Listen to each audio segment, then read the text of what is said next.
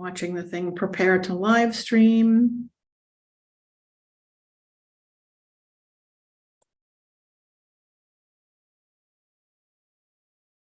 All right, there we go.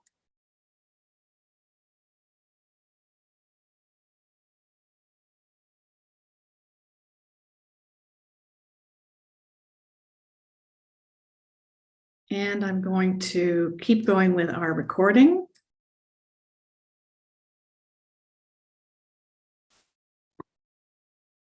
Wonderful. And I'm going to go back to screen sharing our PowerPoint and talk a little bit about what we're going to do today. Okay, thinking that you can probably all see my screen because I can see you up there. So today, here is our agenda. We have our guidebook to get through, our provider guidebook. Thank you so much for all of the comments on the operations manual. In a few minutes, I'm going to go through some of the comments that you had on that, the collated responses from last week. Today, we're going to just do 2 breakout groups and try and make them a little bit longer. So you really have some time to talk. You'll be with your same group for both breakout groups. We'll take a little break in the middle to see if there's what you're coming up with and if there's some common themes. And then in the second breakout group, we'll do the second section of the guidebook for providers. And then at the end, we'll talk a little bit about what's going to happen next, and what you can expect from me after this RAC closes. So just a reminder that the reason that we are in this rule setting advisory committee is because we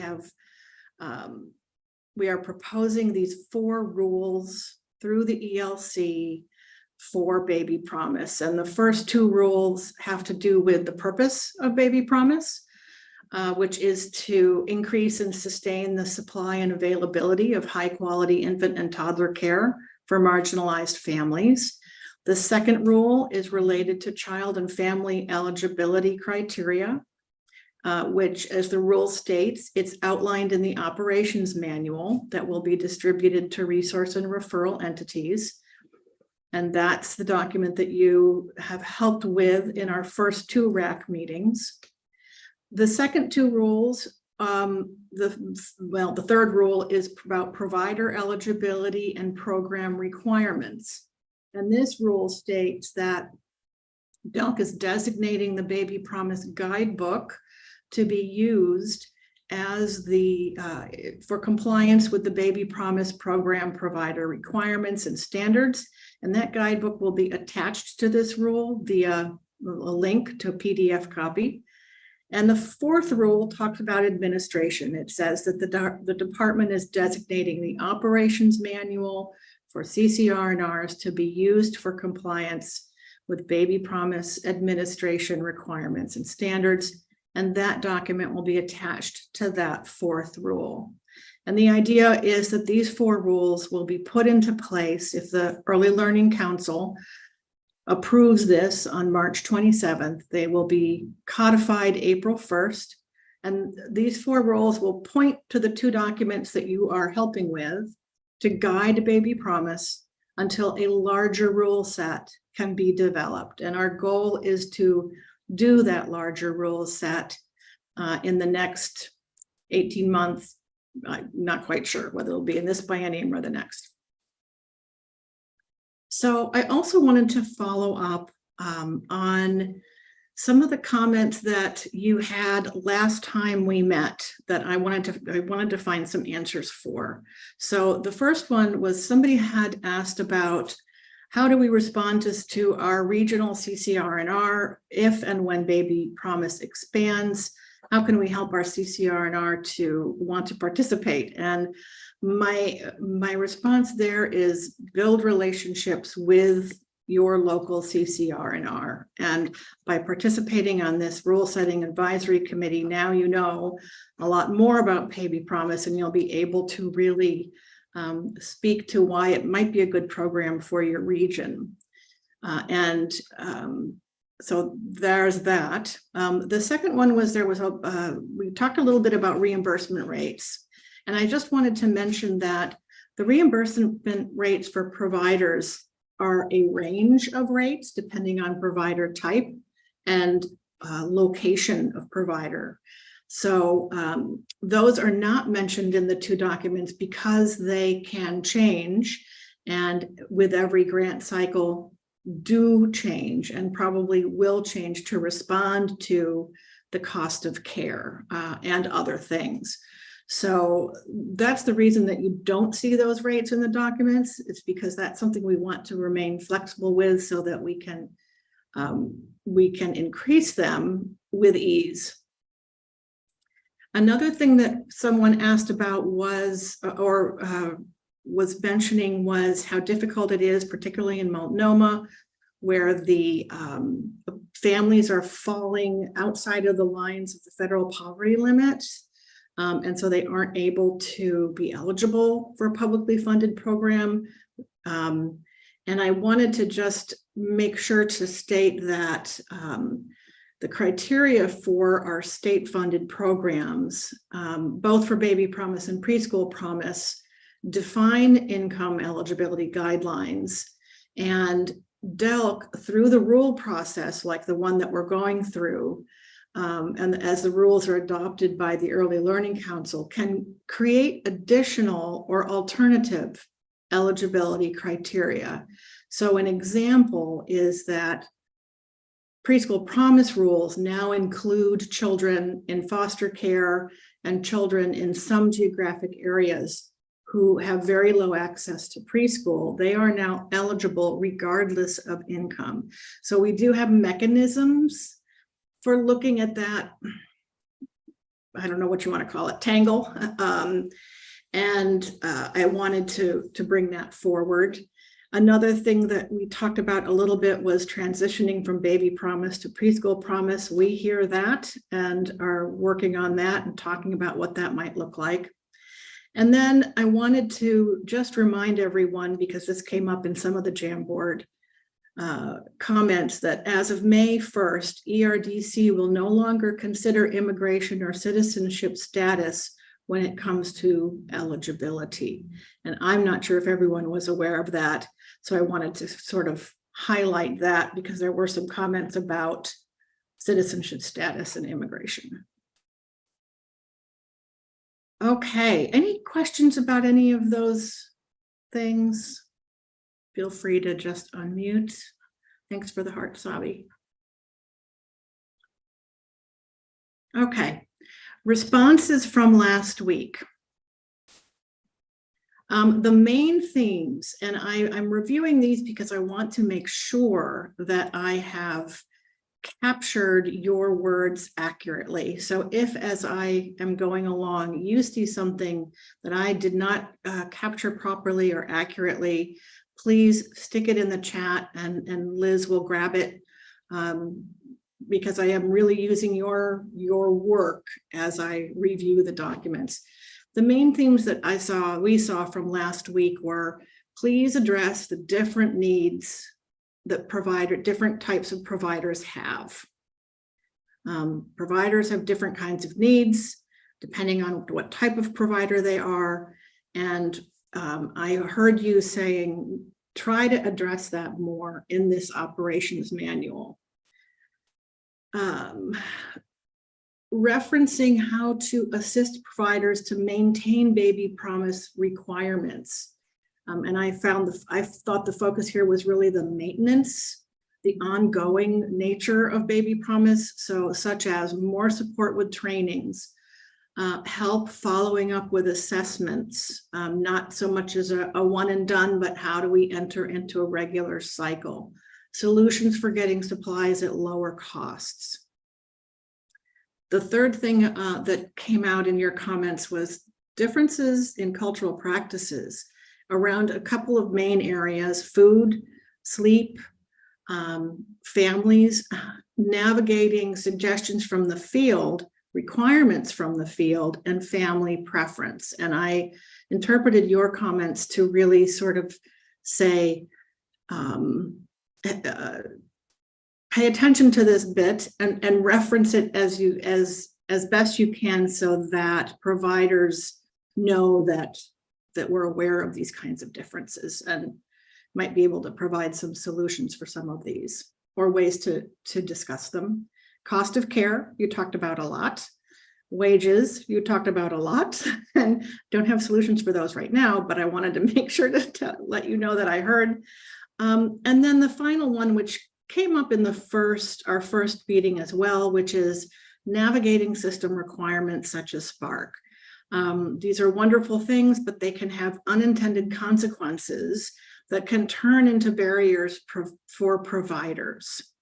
And so my takeaway was, Delk, do you know that that is happening, and can we take a look at when that's happening?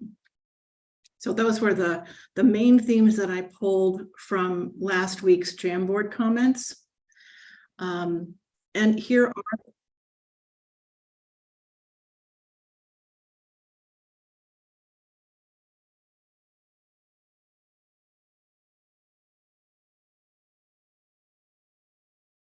my understanding is that, yes, they can, because regardless of their citizenship status, they should be eligible. That's what I have heard. And I can go back and get clarification, Sabi, from my ERDC colleagues. Okay. Question number 1 from last week: which benefit recipients are likely to be economically affected positively or negatively? You had some positive impacts around the way we aligned the fiscal year, the focus on quality, that families are going to benefit from more definitions of quality, and the options for CCR&Rs to help programs, that programs provide food and supplies. Some of the negative impacts that you noted had to do with, again, lack of alignment between publicly funded programs, food, reimbursements not being received properly, the cost of care and if it's being adequately represented, professional development and training, planning for training time, and again, feeding and meal impacts on smaller programs.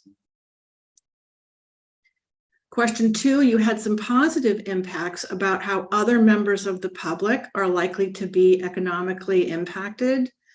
You said that increase of public funding means that families are avoiding high costs. We're seeing more stabilizations, hopefully, with businesses. Relationship-based care and continuity of care is a positive impact. And local retailers and employers can benefit from Baby Promise. Negative impacts on this question had to do with, again, reimbursement rates. While that can be a positive, it can also be a negative because geographic boundaries might not be represented accurately or correctly. Wage issues could lead to turnover or staff, lack of staff retention. This is a lot about wages. More using clear language in the contract, and I'm not sure if this is contract or in our documents regarding culturally specific programs, and meeting standards. Question 3 is from a racial perspective: how can populations be positively or negatively impacted? And you liked that Baby Promise is willing to be flexible, but you also feel that, again, culture, food requirements, how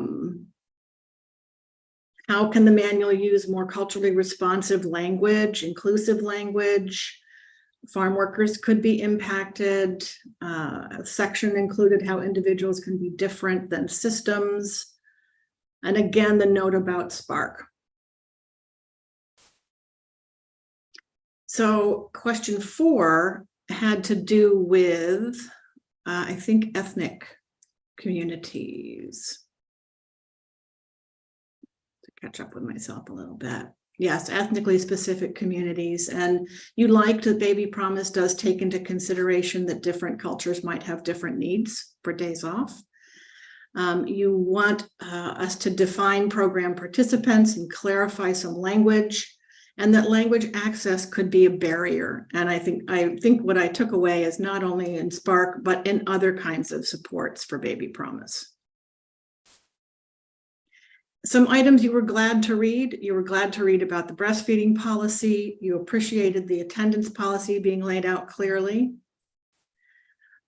Significant concerns, again, some notes around supplies and the cost of supplies, assessments and follow-up on assessments, and the cultural impact that assessments might have on both providers and families without a supportive network of support. Framework.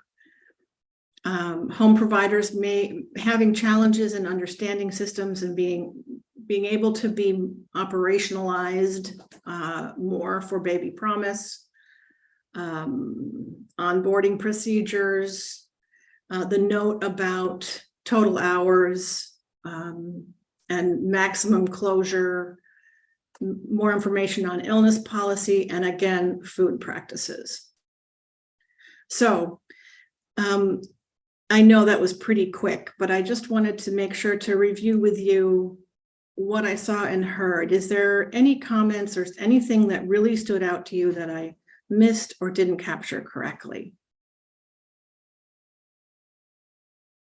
No, looking good. Okay, so moving along, these are our prompts for today.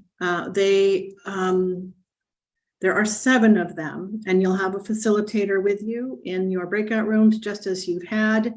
And Mark, our wonderful IT person, if he's not with us now, will be joining us soon, and he'll wander around and make sure everybody's okay. But we're asking specific questions, areas in the guidebook you were glad to read, specific information that is missing that you think a provider needs to have in writing. From a provider, it looks like I have 2 questions there that are the same. From the provider's perspective, does the guidebook offer the right information for all provider types? Since this, you highlighted this in the operations manual, so I'm curious to know how you see that in the guidebook. Are there specific sections that are confusing? How does the tone feel? And is there language that needs to be improved or defined? Are there words or phrases that need to be defined that are not? And the guidebook really does intend to direct providers to resources. Have we done that clearly enough? Or are there sections where we need to add a resource? And there are the questions in Spanish. And I'm going to let Sabi read those, and anyone else who would like to read them. Okay, and now I'm going to stop sharing. And it's about 3:58, so I think we are ready to go into our breakout rooms, Liz, unless I have forgotten something. I don't think so. Okay. I'm just going to put the links to the Jamboards in the chat, and then we can head out. You'll have Jamboards, you'll have the questions, and I'll bring you back in about 30 minutes or so. Try to give as much time as possible for you to work in your groups.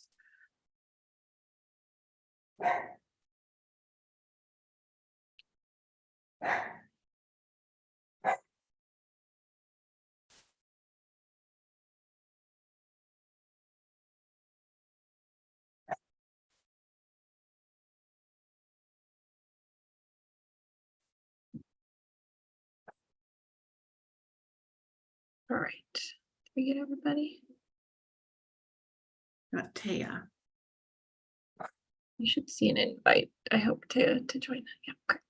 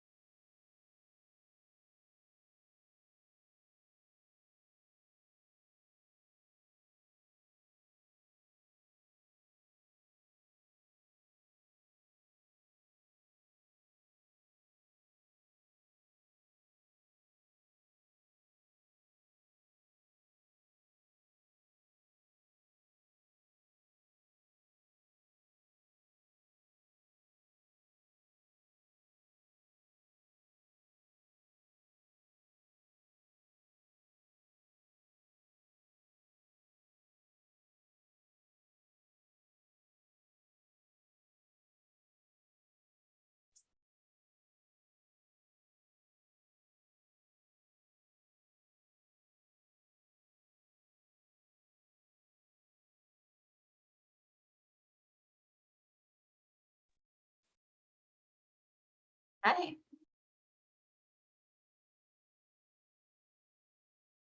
Hi.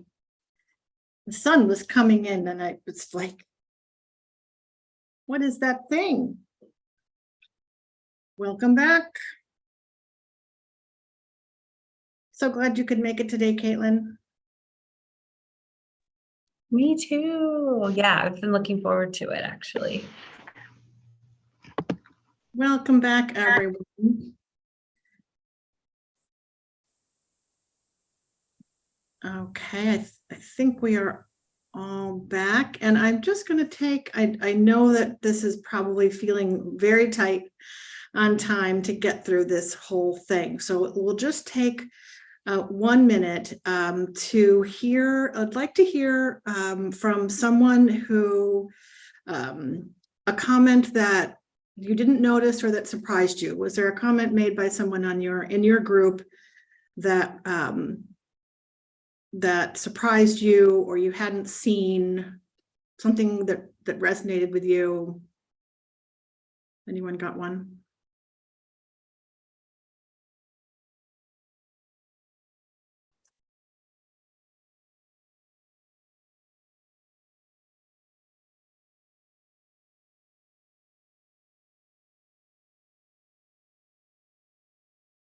Actually, yes. I can share in our group, when we were looking over section 9, the term in terms of high quality. I hadn't noticed this before, but the first thing that they suggest looking at is the Raise Up Oregon statewide system plan. And one of our team members shared that doesn't feel super accessible if you're looking for high quality, as that's more of like an overarching plan for the system as a whole. And it would be nice to have some more clearer defined resources for high quality. Good point. That's great. That's wonderful. Anyone got another one that you didn't see, or you're glad someone else saw?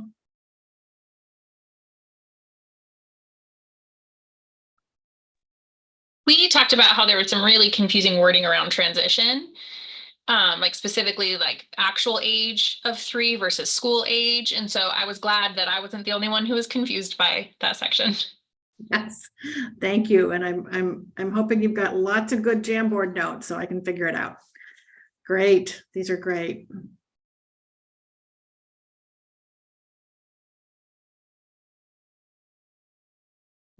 One more.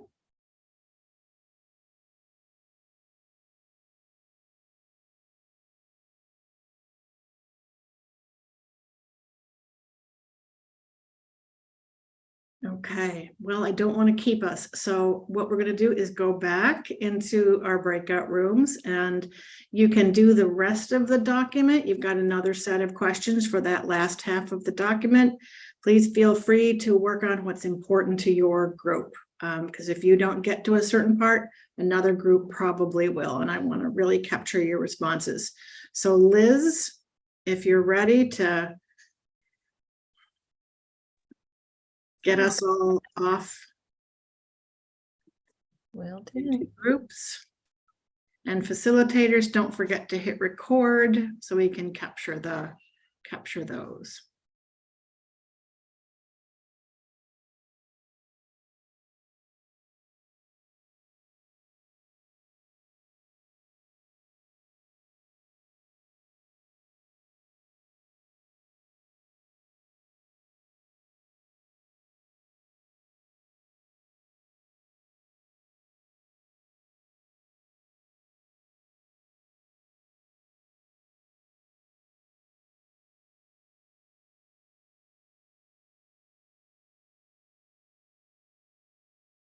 Liz, did you not get put into a group?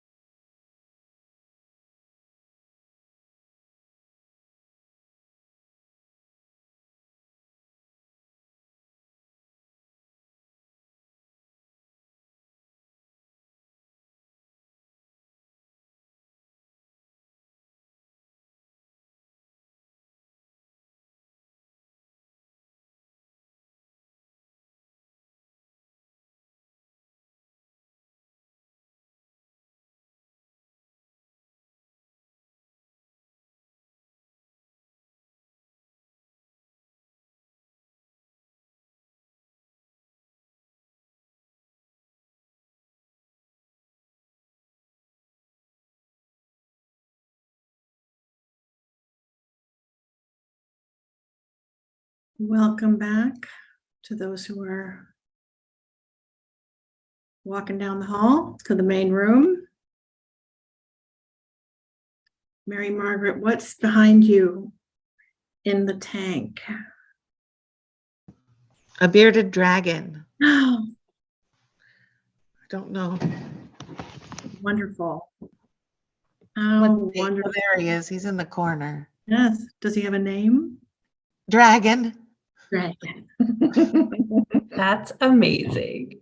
All my dragons have been hand-me-downs and they came with their own names already. Yeah. That is wonderful. Well, welcome back, everyone. I think this is everyone. Thank you so much. We've just got a few more minutes. I really wanted to give you all the time I could because your input, your help on this project is just invaluable. A few closing comments. You'll be getting some emails from Delk about how to get reimbursed for the RAC meetings that you attended for Baby Promise. I'm going to collate with help from the amazing Liz, all of the responses from today, and I'm going to send them to you in English and Spanish so that you can see them and the main themes that came out. Also, your responses will be collated and reviewed and turned into 2 little PowerPoint slides that I will present to the Early Learning Council in March. So they will hear, I hope, a very accurate representation of your main topics of interest and how and concern and what you were glad to read. And the things where possible, we will make changes to the documents and get them implemented before they're finalized, before April 1st. And when they are finished and branded and the page numbers are correct, I will send you all a copy. So I just want you to know that you'll continue to hear from me so that we really are transparent about everything that you've said here and get it all placed into our work as best we can, and knowing that there's always going to be something that's not quite right. And the good news is, as with most written documents, we'll get to fix it later on in the year. When is the grant going to be open? There isn't, I'm not sure what you mean, but if you mean when is Baby Promise going to expand, we would hope that it might be in the next biennium, which would be in 2025. And you'll certainly find out about expansion as Delk leadership makes decisions about that. When I share with the Early Learning Council, that is a public meeting. It is on the YouTube channel, Early Learning YouTube channel, and I'll try to remember to put that link in my email to you so you know where to go. I bet if you go to the Delk website, you will also find it there. It's actually a pretty good website when I remember to look at it. So yeah, that will be public. Feel free to watch. Any other last questions? I just can't thank you enough for your time and energy. I know it's super valuable, and without you providing this input, we wouldn't be able to really continue to make things better for both CCR&Rs and the providers and the programs that they work with. So I'm going to stop my share and say thank you very much. I hope you all have a good rest of your evening. Please reach out to me if you have any questions or concerns. Thank you. Thank you so much. Great timing. See you later. Adiós. Gracias. Gracias, Sabi. Thank you, Liz. Thank you, Fabio.